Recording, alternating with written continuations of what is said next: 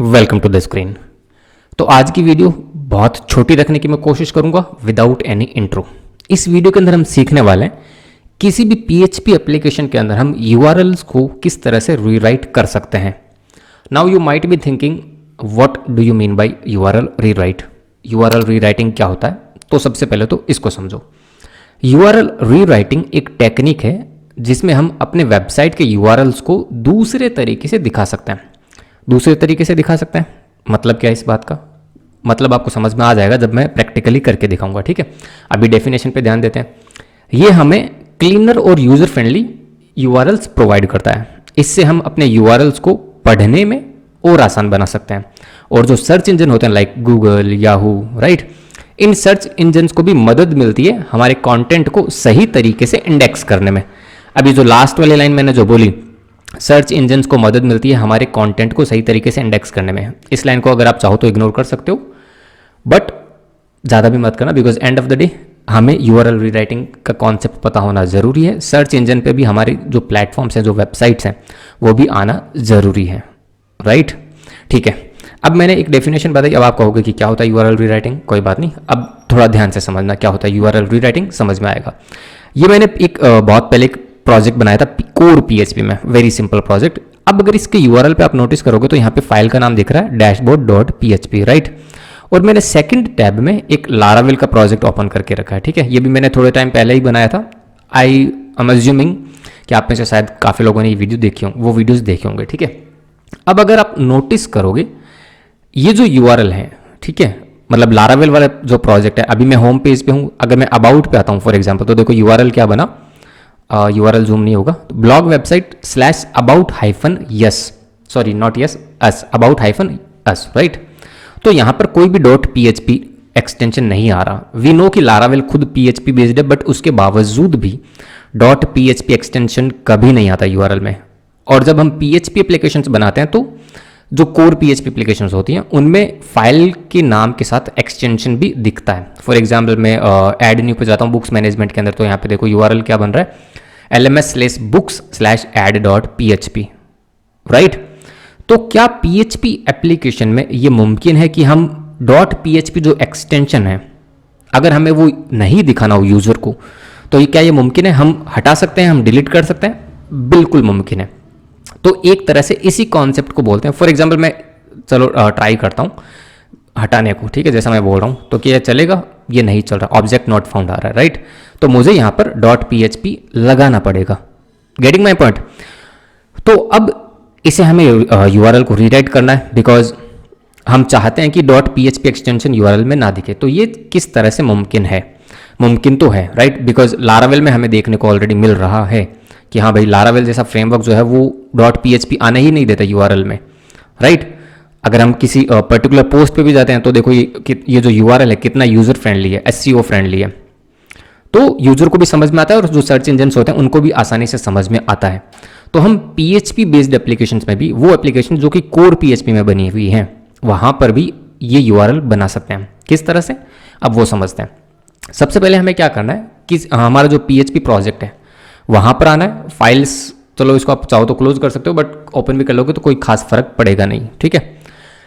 आपका जो project folder है, इस प्रोजेक्ट फोल्डर में रूट पर, रूट लोकेशन कौन सी होती है? जो आपका प्रोजेक्ट फोल्डर है। फॉर एग्जांपल ये मेरा प्रोजेक्ट फोल्डर है, तो ये जहां पर आपकी सारी फाइल्स एंड फोल्डर्स हैं जस्ट फोल्डर के अंदर, तो ये लोकेशन रूट लोकेशन होती है, ठीक है? यहां पर आपको एक फाइल बनानी है। अब फाइल का नाम थोड़ा ध्यान से समझना क्या है, बहुत अटपटा सा या फिर कह सकते हैं कि सरप्राइजिंग हो सकता है आप में से काफी लोगों के लिए। फाइल का नाम होगा डॉट, राइट? फाइल का नाम ही शुरू हो रहा है डॉट से, HT एक्सेस, HT एक्सेस की स्पेलिंग ACCESS, ठीक है? अब अगर मैं इसको यहां पर लिख के बताऊं, फॉर एग्जांपल मैं एक कमेंट डाल देता हूं, फाइल का नाम मैं लिख देता हूं डॉट HT एक्सेस, ये फाइल का नाम है, ठीक है? Dot HT access. तो इसी नाम से फाइल को बनाना है, बन जाएगी फाइल। अब एक बात का ध्यान रखना, ये फाइल जो है वो आपको यहां पर नहीं दिखेगी, मेक श्योर। मैक पर तो नहीं दिखती और आई एम श्योर शायद विंडोज़ पे भी ना दिखे, बट मुझे कंफर्म नहीं है, ठीक है? मैक पर तो नहीं दिखती, बट VS कोड के अंदर जरूर दिखेगी। ये देखो साइड में दिख रही है। अब इस फाइल को आपको कर लेना है ओपन। इसके अंदर कुछ कोड लिखना है वो मैं बताऊंगा, बट ये फाइल होती क्या है पहले इसकी भी थोड़ी सी जानकारी आपको होनी चाहिए। तो बेसिकली डॉट .htxs एक कॉन्फ़िगरेशन फाइल है जो अपाचे वेब सर्वर जहां पर PHP फाइल्स चलती हैं, ठीक है, PHP एप्लीकेशन चलती हैं, मतलब एक कॉन्फ़िगरेशन फाइल है किन के लिए, वेब सर्वर्स के लिए, लाइक अपाचे, nginx भी एक सर्वर होता है जिस पर PHP बेस्ड एप्लीकेशन चल सकती हैं और भी काफ़ी चल सकते हैं, ठीक है। इस फाइल में हम सर्वर के बिहेवियर को कस्टमाइज कर सकते हैं, जैसे कि URL रीराइटिंग। इस वीडियो के अंदर हम वही समझने वाले हैं। Access control, redirection, error handling और भी काफ़ी सारे यूज केसेस हैं इस डॉट .htxs फाइल के, जिनके बारे में अभी हम ज़्यादा जिन पर हम ज़्यादा अभी तवज्जो नहीं देंगे, जिनके बारे में अभी ज़्यादा हम बात भी नहीं करेंगे, अदरवाइज आपके ऊपर से जाएगा, ठीक है। ये फाइल सर्वर के रूट डायरेक्टरी पर स्पेसिफाई की जाती है, जैसा कि मैंने अभी आपको बता ही दिया, ठीक है। htxs फाइल को का जो यूज है किसी भी वेब एप्लीकेशन में स्पेसिफिक सर्वर कॉन्फ़िगरेशन को सेट करने के लिए होता है, as per the requirement, as per the use cases. अभी हमारा यूज केस क्या है, अभी हमारा यूज केस है कि हमें URL को रीराइट करना है, ठीक है। तो फाइल हमने बना ली, अब इस फाइल के अंदर मुझे कुछ कोड रखना है, तो ये कोड मैं सिंपली यहाँ से कॉपी करूंगा और यहाँ पर पेस्ट कर दूंगा। अब आप कहोगे कि कोड लिखा क्यों नहीं, तो माय डियर हमें गूगल पे मिल जाता है ये कोड, सिंपली जाओ सर्च करो, अगर आप कर सकते हो तो बहुत अच्छी बात है, अदरवाइज ये जो कोड है मैं नीचे डिस्क्रिप्शन के अंदर दे दूंगा, तो वहाँ से डायरेक्ट कॉपी पेस्ट कर लेना, ठीक है। बिकॉज ह्यूमन रीडेबल है बट ह्यूमन अंडरस्टैंडेबल नहीं है, राइट, कंप्लीटली अंडरस्टैंडेबल नहीं है, ऐसा भी नहीं है। जब आप धीरे धीरे वेब डेवलपमेंट में आगे बढ़ोगे तो आपको इस फाइल का भी यूज केस पता चलेगा, और ये जितनी भी लाइन ऑफ कोड मैंने लिखा है इनको मैं अभी एक्सप्लेन नहीं कर रहा, आप अपने एंड पर इनके साथ प्ले अराउंड कर सकते हो, ओके। अभी हमारा मेन मकसद है कि हाँ URL को रीराइट कर देगा या फिर नहीं, ये कोड बिल्कुल कर देगा। अब इसको हम टेस्ट करते हैं, ठीक है, इसको टेस्ट करते हैं। तो टेस्ट करने के लिए कुछ नहीं करना, जो हमारा पेज चल रहा है, फॉर एग्जाम्पल मैं डैशबोर्ड पे आ जाता हूँ, तो डैशबोर्ड का देखो URL क्या है, dashboard.php, एंड आई सेड कि अगर .php के बिना हम फाइल URL को चलाएंगे तो क्या ये चलेगा, बिल्कुल चल रहा है, कोई एरर नहीं आ रही, राइट।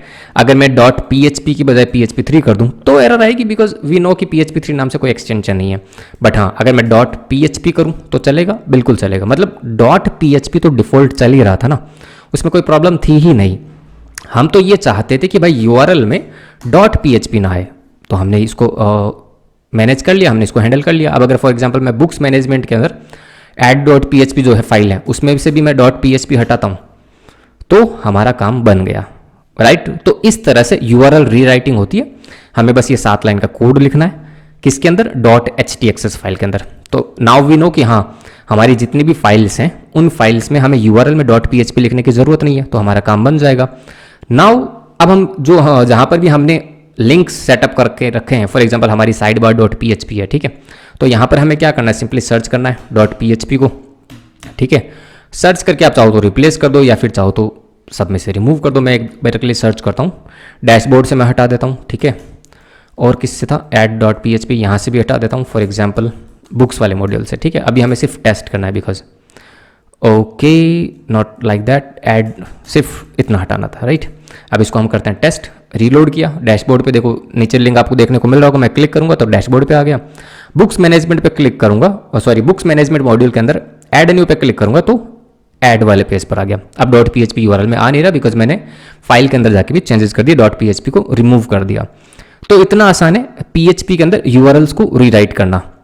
अब ये टॉपिक मैंने क्यों कवर किया, ये टॉपिक मैंने इसलिए कवर किया बिकॉज एज ए फ्रेशर आपको पता होना चाहिए कि URL रीराइटिंग क्या होती है और उसको किस तरह से हम अचीव कर सकते हैं, बिकॉज ये टॉपिक भी इंटरव्यूज में पूछा जाता है, चाहे आप 6 महीने एक्सपीरियंसड हो या फिर फ्रेशर हो या फिर 1 साल 2 साल एक्सपीरियंसड पर्सन हो, राइट। मेरा मेन मकसद यही है कि हम PHP या फिर लारावेल को अगर सीख रहे हैं तो उन टेक्नोलॉजीज में, उन फ्रेमवर्क्स में जो कॉन्सेप्ट होते हैं जिनके साथ हम काम करते हैं उनको मतलब हम यूज़ तो कर लेते हैं बट हम उनको एक्सप्लेन नहीं कर पाते while interview. Getting my point, that is why I am making these kind of videos. तो आई बिलीव आपको ये समझ में आ गया होगा। HTXS फाइल का जो कोड है वो मैं नीचे डिस्क्रिप्शन के अंदर दे दूंगा। फाइल आपको बनानी कैसे वो मैंने बता दिया, बस ये कोड कॉपी करना और पेस्ट करना, दैट्स इट, ठीक है। So that's it for this video. इस वीडियो में इतना ही, अब मिलते हैं किसी नेक्स्ट टॉपिक के साथ, नेक्स्ट कॉन्सेप्ट के साथ। सी यू सून, बाय बाय।